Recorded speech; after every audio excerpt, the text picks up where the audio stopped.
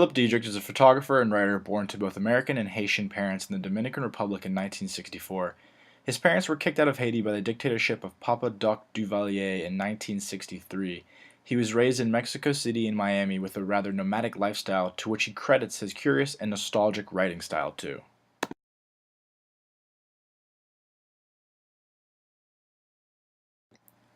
He spent his youth listening to his parents and friends talking politics and nostalgically dreaming of the day they would return to the Dominican Republic or Haiti.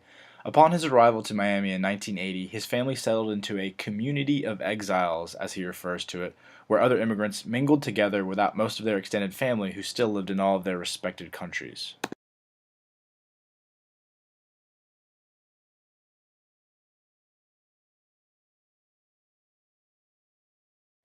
Throughout the 1990s, Diedrich traveled back and forth from Miami to Cuba many times as a photojournalist, which inspired most of his work. He was recently awarded the Penn Phyllis Naylor Working Writing Fellowship Award, which is offered annually to an author of a children's or young adult fiction. Today, Diedrich still lives in South Florida with his new family and continues to write.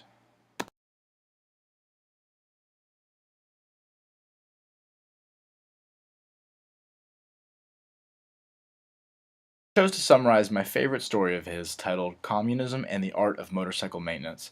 This short story is about his time spent in Cuba running along with the Cuban Harlistas, a local motorcycle group all brought together for their love of motorcycles and, more importantly, Harley Davidsons.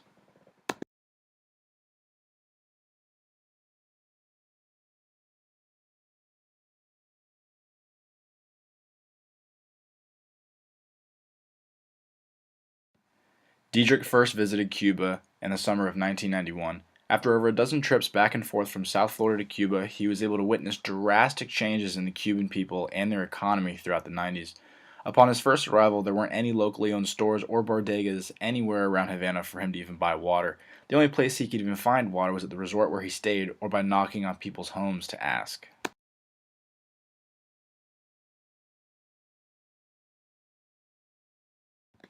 Cubans, unlike us Americans, have had to rely on themselves for just about everything. Under communist dictatorship, private businesses were illegal in the early 90s, so instead of going out for food or other necessities, everything was procured by the people.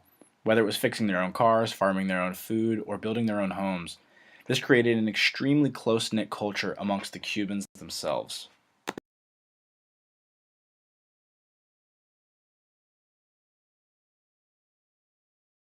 This self-sufficient lifestyle was very busy for the people, but also brought along with it many unique activities and hobbies. One that brings hundreds of passionate Cubans together is the collecting and maintaining of classic Harley-Davidson motorcycles. With only a finite number of Harleys on the island, it has become a hunt to find and keep these bikes on the roads. From this love for the motorcycles sprung the Harlistas, the keepers of the Harleys.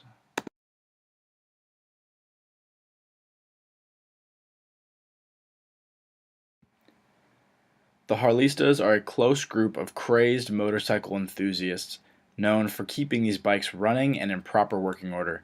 They wear their love for these Harley Davidsons on their sleeves, saving and spending most of their extra income on new parts to restore and keep these bikes looking brand new.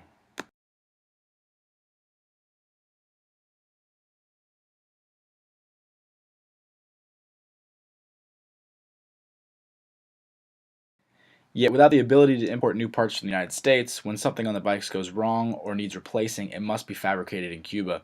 Using creative homebrewed methods to keep these motorcycles on the road is not anything new to the Cubans.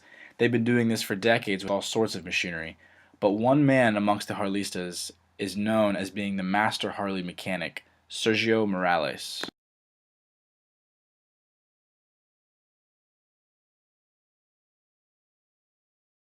Sergio has been around these Harley Davidson motorcycles his entire life. He learned everything he knows from the late great legend Pepe Millesima, meaning the father of thousands. This refers to the man's reputation for his mechanical precision.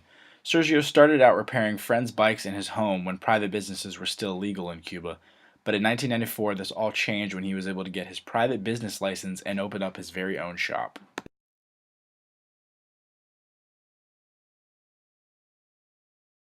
Sergio and the Harlistas owe everything to his mentor, Pepe Millesima, for being the first to dissect these motorcycles and learn all about the inner workings of the engines and fuel systems. He and Sergio began to replicate parts off the bikes to fix and repair other Harleys, and soon their illegitimate business became more than just whispers. Pepe means so much to the Harlistas that their Father's Day is dedicated to him, and they celebrate the only way a biker gang knows how, to go out en masse and cruise for hours. Harlistas are such a close-knit group that the entire gang was invited to Sergio's own daughter's wedding.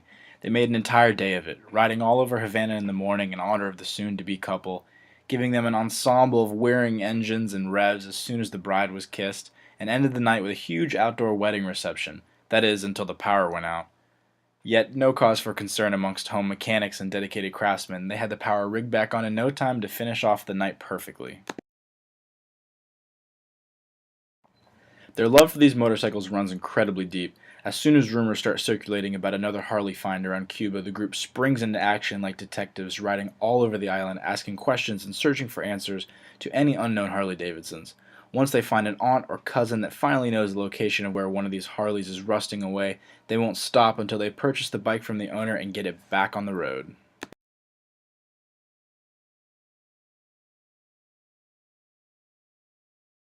Diederich was able to experience one of these crazy hunts during his days with the Harlistas. They all piled into his rental car after hearing about a new Harley in the next town. After asking a half dozen people, they finally locate the house where a Harley may or may not be. After an hour inside, they come out defeated after being rejected to buy a pristine original bike that looks to have been kept in the garage since 1958. Sergio and his gang may have lost today, but they'll be back periodically until the man is ready to sell.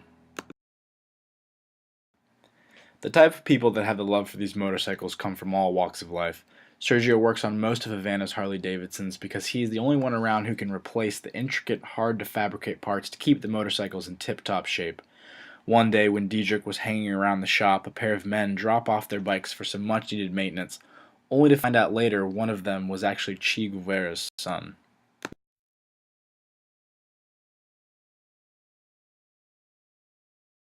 Diederich was able to spend many months with the Harlistas, living with Sergio for a time, attending all their parties and get-togethers, and even being part of the Father's Day bike rally they dedicate to Pepe Millesima. Throughout his time in Cuba, he was able to befriend the Harlistas. In return, they made him one of them.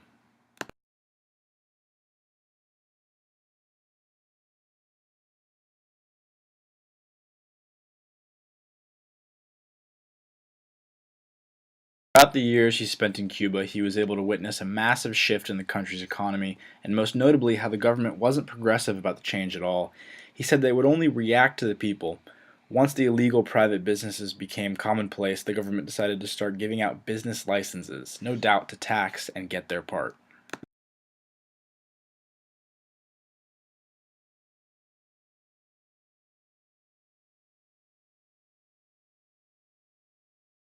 This all began to rapidly accelerate after the legalization of the US dollar to be accepted as a form of legitimate currency. This gave the country's economy more status and allowed people to prosper economically from the more powerful US dollar.